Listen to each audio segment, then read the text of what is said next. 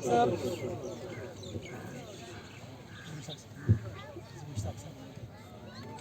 صٲب چھِ پنٕنہِ طرفہٕ واریاہ محنت کران پنٕنِس علاقس منٛز شمس فقیٖر تتھ اگر وٕچھو چیئرمین صٲب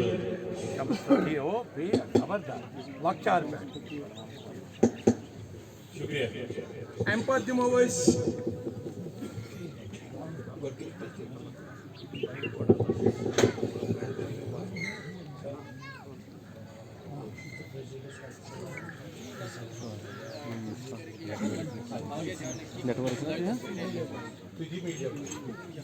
شکریہ بخاری صاحب یہاں پہ ان کو بھی ضروری بولنا ہے، لیکن اس سے پہلے میں آپ کو یہ ضرور بتاؤں، اس لیے مشتاق صاحب کیونکہ ہم شہر سری نگر سے میں میروائے صاحب، ظفر صاحب، ڈاکٹر تابش صاحب، بدر علی صاحب تو یہاں ہے ہی ایک ایسی شخصیت مسٹک، ہمارے بلبل صاحب جس کو 10,000 اشعار زبانی یاد ہے، اور ہمارے شمس فقیر کے ایک بہت بڑے اس وقت ایک روان دواں شخصیت شمس فقیر کلچرل فورم، جس کا مجھے اعزاز ملا نہ صرف وہاں کا آستان بننے کا بلکہ مجھے اعزاز ملا جو کلچرل اکیڈمی کے پیچھے جو کلچرل شمس فقیر کا بن رہا، جس پہ میں نے شور اٹھا، تو شکر الحمدللہ۔ اور یہاں پہ نثار صاحب، نثار احمد شاہ صاحب، میں آج بہت ساری میں کہتا ہوں کچھ ایسی سچویشن ہوتی ہیں کہ آدمی، مجھے جانا تھا آج ایک بہت بڑے اجتماع میں، شاہی جیلان اجتماع مانسبل میں، لیکن پہلا وعدہ ہم نے کیا تھا کہ ہم شاہ غفور کے دن شاہ غفور کے آستان شریف میں پہنچیں گے، اور جب ہم راستے میں آئے، یہ شہادت ہے، راستے میں جو ہوتی ہے نا اڑچن کھڑا، چاہے آپ کو کوئی کہتا ہے کہ ہم جانے نہیں دیں گے، کوئی ایسی طاقتیں ابھی ہے، چاہے وہ روحانی ہے چاہے وہ فزیکلی ہے، کبھی دھرنے دیکھے راستے میں، کبھی گاڑیوں کا جام دیکھا، کبھی وہ دیکھا 11 بجے نکلے، لیکن ارادہ اور بلاوا میرے شاہ غفور کا ایسا تھا، ہم نے کہا کچھ بھی ہو ہمیں پہنچنا ہے ڈاکٹر تابش صاحب، کچھ بھی ہو، کیونکہ یہی موقع ہے، یہ کیونکہ میرا یہ لائیو بھی ہو رہا ہے اور ساری دنیا کبھی کبھار دیکھنا چاہتی ہے کہ یہ کیا کہہ رہے ہیں، یہ کون سا انقلاب لا رہے ہیں، یہ کس جو دفن تھی چیز، جو دفن تھی ایڈیالوجی، جس شاہ غفور کو 400 سال کوئی پوچھتا نہیں تھا، جب میں یہاں ڈپٹی کمشنر تھا، جب میں آیا اور میری پہلی حاضری چار شریف میں، جب میں نے جلا ہوا چار شریف دیکھا، میں نے وعدہ کیا، میں نے کہا میں تب تک نہیں جاؤں گا، کوئی طاقت مجھے ٹرانسفر نہیں کرائے گی جب تک میں خانقاہ پناہ نہیں بناؤں گا اور عید کی نماز نہیں پڑھاؤں گا، اور کر کے دیا، یہاں پسٹل لے کر منسٹر گورنمنٹ کا، انڈیا کا تنخواہ گزار منسٹر، میرے اسٹیٹ گورنمنٹ کا تنخواہ گزار، تنخواہ لینے والا منسٹر پسٹل لے کے گھومتا تھا، کہتا تھا یہ قبر پرست ہے، یہ ڈی سی آستان حنفیت زندہ کر رہا ہے، مجھے سامنے بول رہا ہے۔ ایسی طاقتیں میں نے دیکھی، یہ کون ہے جو یہ